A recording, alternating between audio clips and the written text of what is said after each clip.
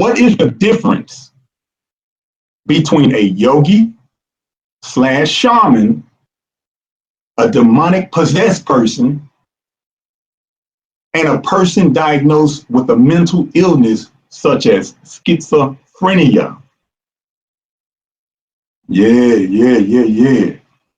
Come on, y'all. Come on with it. Y'all Moors. Come on. All right, I'm gonna ask the question again. What is the difference between a yogi / shaman, a demonic possessed person, and a person diagnosed with a mental illness such as schizophrenia? Now, before we answer any of that, I'm going to go into the literature. I'm going to let it marinate on your brain, and we'll come back to it, and we'll do some definitions. All right? This is all about critical thinking, family. All about critical thinking. This is coming from a yogi himself. All right? Very good book. Very good book, fam. Very good book. I suggest y'all to get it. All right? Very good book. It's called Steps Toward the Universal Christ Consciousness. All right? It was written February 17th, or it was stated February 17th, 1935. In this world, we are limited by our thoughts. It is natural for us to be partial to our own ideas, but because of this partiality, we often fail to recognize that the ideas of others may be bigger and better ones. When we learn to be open-minded and not opinionated about anything, we grow in understanding and wisdom. A person is mentally free when his judgment is no longer influenced by the prejudice, customs, and conventions that are imposed on him by racial, national, and familial background. In the West, you sit on chairs. Right now, right? In the East, we sit on the floor because the climate is extremely warm and the air is cooler near the floor. But one cannot say that everyone should sit on the floor just because the East finds it more comfortable to do so. National customs and conventions limit our outlook considerably. But as soon as we become free from blind slavery to our provincial prejudice and habits, we can see truly what is right or wrong in any other nationality. As individuals, we are to some extent limited by our desire to do whatever contributes to our own personal good. Thus, each human being is more or less fenced in by his egotistical desires and experiences. As he increases the range of his experience, his consciousness begins to stretch. It's like a rubber band that can be expanded infinitely without breaking. Indeed, the more you stretch your consciousness, the greater it will be. I got that, fam? All right. I'm going to the question one more time, and then we'll go into definitions, breaking down the question itself. All right. What is the difference between a yogi / shaman, a demonic possessed person, and a person diagnosed with mental illness such as schizophrenia? All right, let's use critical thinking, people, because, you know, people try to draw a line and say, well, he's crazy. Oh, he's not crazy. Oh, he's this. No, she's that. All right, so how did it get this way? All right, what we'll do first is we'll define yogi and yoga. All right, that's what we'll do. We'll define yogi and yoga. And I'm coming out of the Oxford. I see you, Brother Caleb. That's a good book. All right, yogi. It's simple definition. A person proficient in yoga. All right.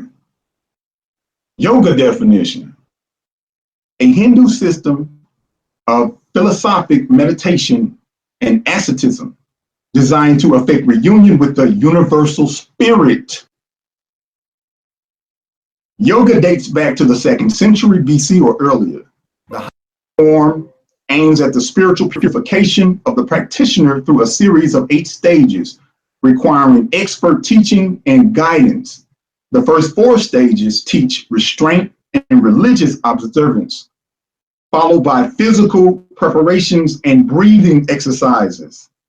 Dr. Moreno Bey always say that we are very shallow breathers. We don't breathe properly. And that's true. That's true. Because it's all about the spirit, all right, and how we breathe, all right. The next stages involve the withdrawal of the senses, concentration of the mind, and mediation until the final stage or union with the divine is reached. In the West, the first 4 stages, which form the basis of yoga, hatha yoga, have become popular as a form of exercise and relaxation. All right, so they're basically saying somewhat that is being commercialized. All right, the true form of yoga. All right, so since we know what yogi and yoga is now, we'll go into the next definition. All right, the next definition will be shaman. All right, we'll go into shaman. What is a shaman, y'all? Come on, holler at me.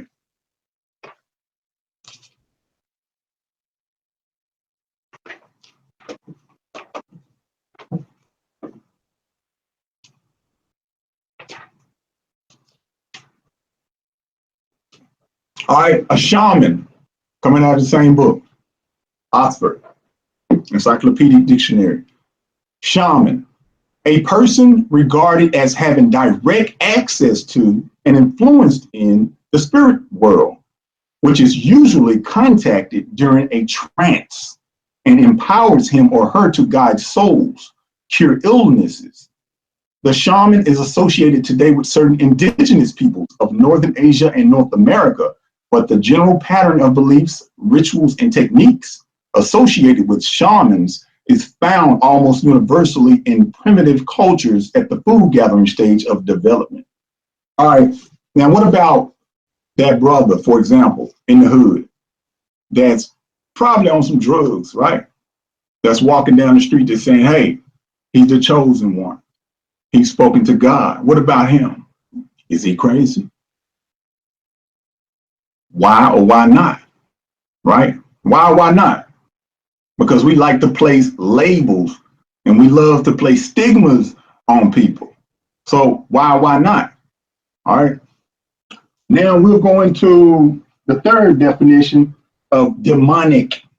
Demonic. Because there's a lot of demonic people out here.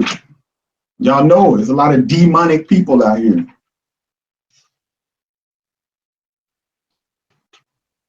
Now, demonic. Fiercely energetic or frenzied, supposedly possessed by an evil spirit of or concerning such possession of or like demons, having or seeming to have supernatural genius or power. All right, people. Y'all with me? Y'all with me so far? Talk to me. Y'all with me? Y'all see where I'm going with it?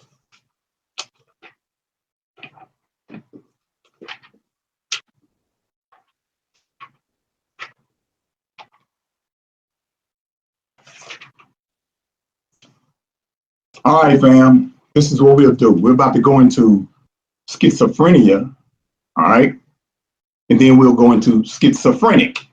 All right. Let me go into the question again, y'all, for those that are coming into the room that didn't hear the question. What is the difference between a yogi, shaman, a demonic possessed person, and a person diagnosed with a mental illness such as schizophrenia? All right. Schizophrenia definition: a mental disease. It starts off a mental disease marked by a breakdown in the relation between thoughts, feelings, and actions, frequently accompanied by delusions and retreat from social life. When you go into the etymon, it says schizo, which means split. Schizo means split, all right? And phren, it equals mind. So it's split mind, according to this Oxford dictionary. All right, so would a shaman be schizophrenic? Would a yogi be schizophrenic? All right, critical thinking, people. Let's use our minds. This is why I've been posting videos like I've been posting lately, to get you to think. Y'all want to enforce law, right? A lot of y'all want to enforce law, but a lot of y'all ain't ready, because you have to use critical thinking on every level, every aspect of your life. If you're dealing with marriage, if you're dealing with children, if you're dealing with your job, or if you're running a business, whatever it is, your family and friends, you have to use critical thinking, people. All right? You have to use it. Islam to those that's just coming in the room. All right, so let me ask you this. Is it all perception? Is it all perception? Is it all perception, people? All right, because I may view it this way, but you may not, right? Is it perception? Let's go into perception. All right, we're going to define perception.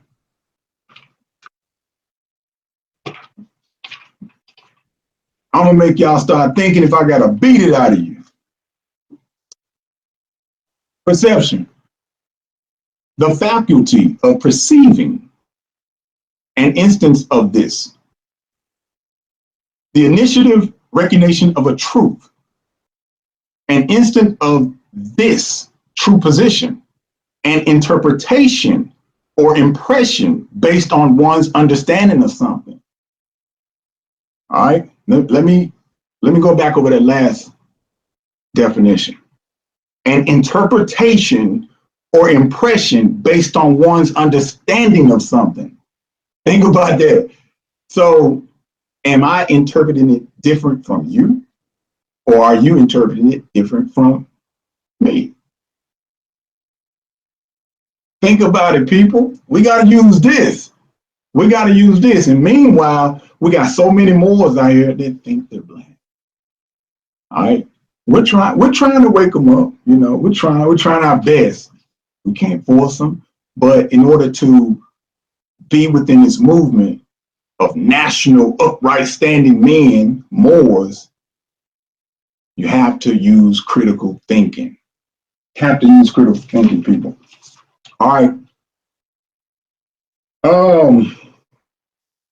A brother and I don't know if y'all, it's a brother, his appellation is Marcus Enoch L. Him and I, we grew up together. We've been on each other since second grade. We met right after first grade, and we've been tight ever since, you know. And him and I, we build about things all the time, you know, and he motivates me to even come on this level of thinking. All right, he's kind of behind the scenes with it. I'm more upfront, but he motivates me, all right, to even think this way, you know, on this level.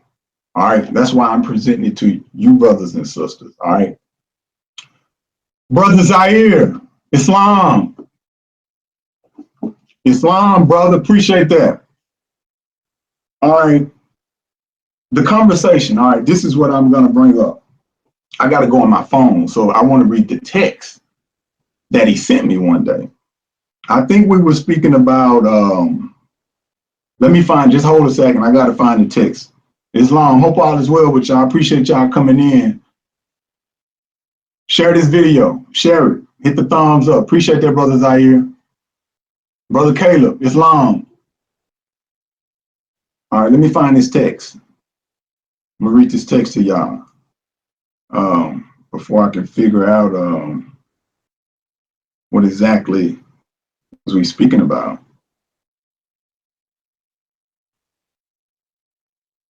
Okay. I told him about a situation, or a conversation rather, that I had with my uncle. My uncle and I, we're very close, but it's been several years ago. And this was around the time when I stopped eating meat, stopped, you know, being with a lot of women, you know, the whole nine, get out the streets, all that old stuff, right?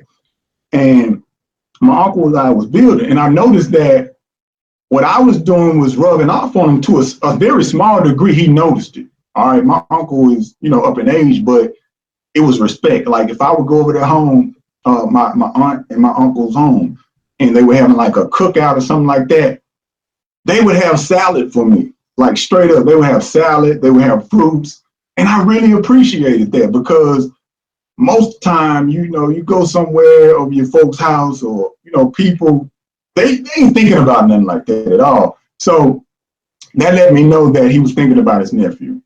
But anyway, oh yeah.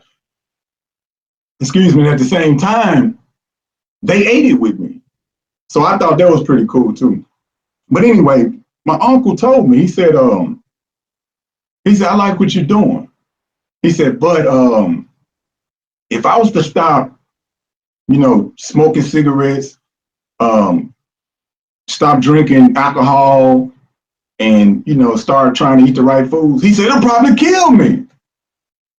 And I was like, oh, Unc, I said, don't look at it like that. It's like a process. And he was like, no, I'm serious because I've been doing this for a long time. He said, I think this is what's keeping me alive. And I thought about it. And I told Brother Marcus E. Not ill about it.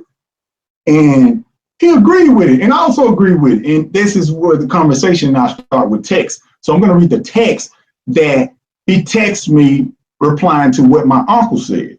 All right. So it's basically about parasites, hosts, and so on. He basically stated that parasites / demons. Now, remember, I just looked up the word demonic. He said parasites / demons are very low frequency entities that exist as a form of conscious energy. They latch on and possess people, then begin to feed. They open you up and consume your life force via drug abuse, alcohol abuse, sexual abuse, pornography, overconsumption of the wrong foods, all negative thoughts that manifest as sickness and depression, etc.